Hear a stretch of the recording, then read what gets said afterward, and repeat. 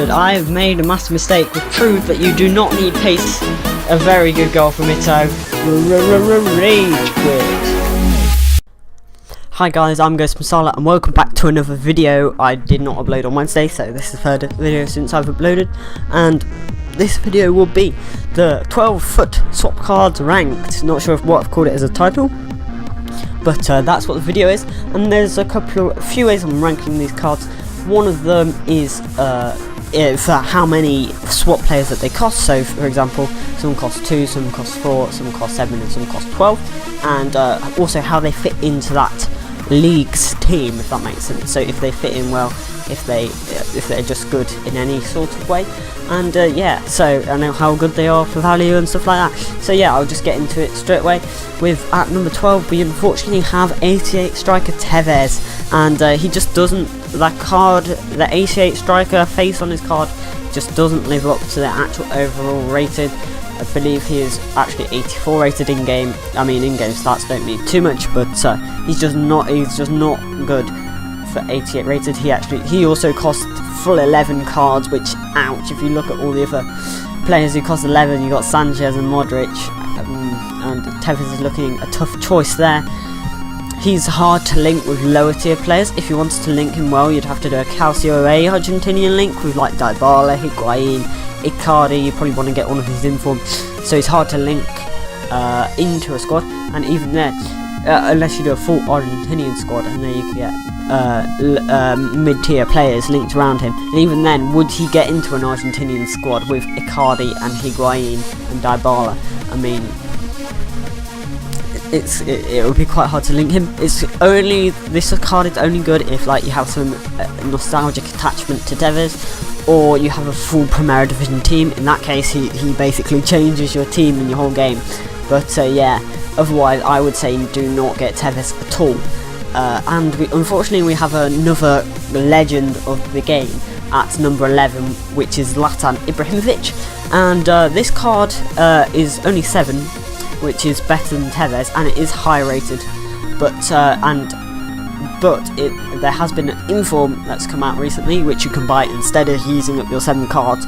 But again, this card is higher rated than that, and also it doesn't mean you have to pay the 220,000 coins.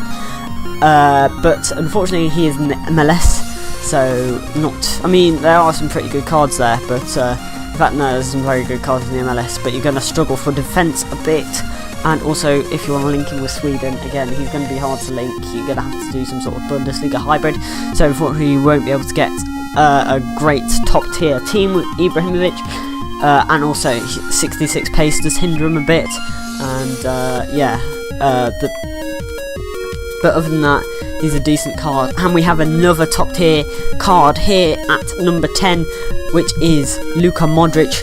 And this is quite surprising actually. I thought Modric would be higher up, but after looking for it, Modric is not higher up. Normal Modric is relatively cheap, and this one costs 11, which, as we've seen with the SBCs, if all the SBCs cost you 5,000, that's gonna could be 5 SBCs, so that's 25,000 plus all the time you've invested into daily knockout tournaments and stuff like that.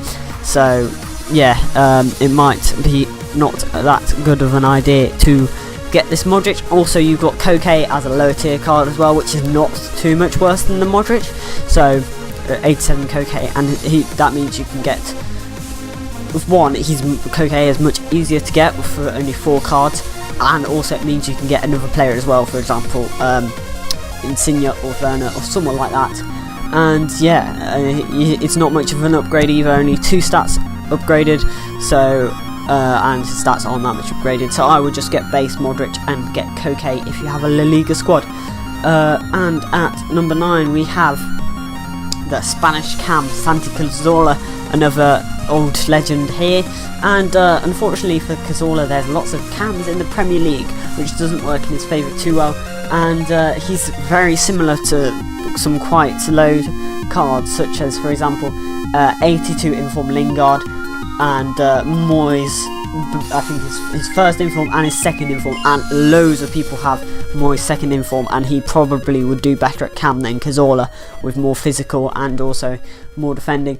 And Lingard does better than Cazorla in that position too. He will be very, very useful for low to mid tier teams though, with his PL Premier League ranking, but honestly I just think people have got better cards than Santi Cazorla at the moment, and I don't think people play that one cam, and honestly I would play Moy in cam instead of Santi Cazorla with how he's looking. But one advantage he does have is that of course he's only worth 4 cards, so that gives you, he's not actually worth that much. But let's keep moving on because I realise I'm getting caught up on some of the earlier ones. And we have, next up we have Insigne, and with Insigne he seems very good on the face of it, but there's lots of Calcio striker options, which is a problem because, you know, Calcio teams, you've probably got a really good striker already. Will Insigne fit in? However, he is fast, which adds something new to the Calcio attack. But the thing that makes this card not good is his physical. You're just not going to want to play him at striker at all with 52 physical. Even at cam he'll struggle. I don't know how he played normally, but with 52 physical, I just don't see him being a good striker or cam even. As I always find having good physical on cams really does help, and not many people use cams anyway, and he'd just be utterly useless as a centre mid. So this card's one-sided, but it's one of the only cards that's dodgy on stats. But if you do have a Calcio team, sort of a base one, then I would say get Insigne because he would be very pacey and good to start off with. And at number 7 we have Koke, and unfortunately he's not that good at CM due to low defence. CMs usually need to have quite high defence. You'd probably want to play him at cam or in a formation with someone like Paulinho, and he pairs perfectly with Paulinho in that slot. And you could buy normal Modric that you got before, of course, not the 11 card Modric that you need to get for that. And yeah, also, however, there are some alternatives, quite a lot of centre mids in La Liga, such as you've got 86 and 87 alternatives who are better than Koke, such as Parejo and Vasquez if you don't care about pace. And but he is quite useful, I would say. That's why I put him not high up, but relatively high up in this ranking. And at number 6 we have Dimitri Pyatt, and he's extremely useful for French leagues teams, and we're getting into the good ones here. And the only cards better than him at cam or at whatever at cam are Fekir's Informed Cyprien and FUT Birthday Di Maria, and they're all 30k plus. So I reckon you could probably get this Pyatt for way lower than 30k. Looking at the requirements for the SBCs, you only need 4 cards to get him. And yeah, so there's basically no other cheap options if you drop down past all the others. Like for example, I don't think like FUT Birthday Draxler is better than Pyatt. I don't think what's that other guy, Pastore, is better than Pyatt. And then if you drop past all of those, you get to no one essentially. So Pyatt helps with very low tier teams get up. However, the 30k thing does work against him as well. He's not outstanding. He's not gonna, if you have a high tier French league team, then he's not gonna change what you're doing at all. But for example, if you've got a French team, you probably do have Informed Cyprien or Fekir. So, but if you don't have a French team, then Pyatt is very good to use. And next up we have the PL guy, and I bet you've already wanted to see him lower down the list, but I do think Jordan Henderson is quite useful in this form. And I mean, so you've got loads of CDMs in the Premier League already, like Cazorla. However, CDMs in the Premier League are so expensive. I believe Matic is going for something like 96k, and he's not even fast. And he's better than Bakayoko if you look at the stats, but Bakayoko seems to be better, and he is free, basically, because there should be possibly free. Well, he's probably like 5k, and he's really good around for the price and of nothing. But I do think that PL teams will probably have better cards anyway. But for starters, this is basically a go. You have to get this card, and if you have a Premier League team, I would recommend 100% get this card and not Cazorla. Save your swap tokens and get a pack instead of getting Cazorla, and get Henderson, because I think Henderson is much better than Cazorla. And at number 4, I may have been a bit biased on this, but we have Timo Werner, and a lot of people didn't see the use in this card when it was first released, due to the fact that Timo Werner has loads of special cards, but right wing is super important because, and this is a card I will hopefully be getting if I can get 7 of the cards. Super useful because it's a massive position gap for Werner. Now you can have a 90 pace attack without using Bellarabi, who is useless. I've used him, he doesn't have shooting or anything, or using PTG Coman, who's 100k. So this card basically fills a gap in the market, but he is 7 players, so he is quite tricky to get.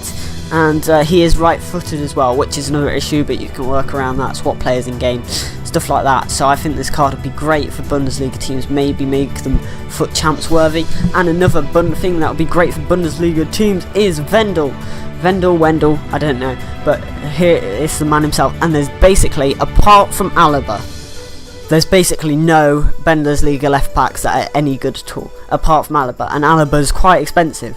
So this basically means Bundesliga can be viable if you don't have an insane amount of coins, because you can now have a decent left back. And this basically opens up a whole new thing, makes Bundesliga viable, makes Bundesliga teams so much better. However, he does have a bit low defence, so he's not perfect, but he is good enough for Bundesliga teams to be good. So that's what I put in there. And we have number 2, Alexis Sanchez, and he's the only Premier League strikers better than Sanchez are Aguero's informs and Team of the Year Kane. So this just shows how good this card is, and potentially you could get him for as cheap as, it's looking like maybe 15,000 coins. So I mean, that's absolutely insane if you're good at the game. So this is sort of rewarding skill and stuff like that. I really like that EA are doing that, and Sanchez will be much cheaper than those cards, and there's only a select amount of cards that are better than him, which is just really good from EA, because they've let you, if you're good at the game, you can easily get Sanchez by winning the daily knockout tournament. However, you do need a sort of pay to win team, but I would definitely say this card is worth the 11 tokens, and the only one you should get for 11 tokens, even think about getting, unless you got an Argentinian league team. And at number 1, trying to finish it up as quickly as possible, we have Balde Diao. Yes, and I've already played against him today, and he was paired up with Niang, so this is going to be a really good partnership with Mane and Balde Diao and Niang. It's just going to be terrible to play against, because he is the fastest League 1 striker, excluding Mbappe, who is worth 100k. So it just means he'll be very common in basically every League 1 squad which does not have that 86 rated Mbappe will have this Balde Diao, and I mean he's better and he's free than 84 Mbappe, who is like 30k. Well, but he's basically free because you only need to play 15 games. Well, he's 5k. You can get him now for 5k if you got the Llorente. So yeah, and it basically changes League 1, makes it makes it viable, because you don't have to spend coins on Mbappe anymore, and I could just picture the crazy Senegalese hybrids that'll come out of this, and this is by far the best card. Maybe not by far, Sanchez is close, but this is definitely the best card, I think. So yeah, thanks for watching. Leave a comment if you disagree with me, which someone probably will, and yeah, I better wrap the video up now because it's getting quite long, so I'll see you in a bit. See you next time for Road To Hokkaido, maybe.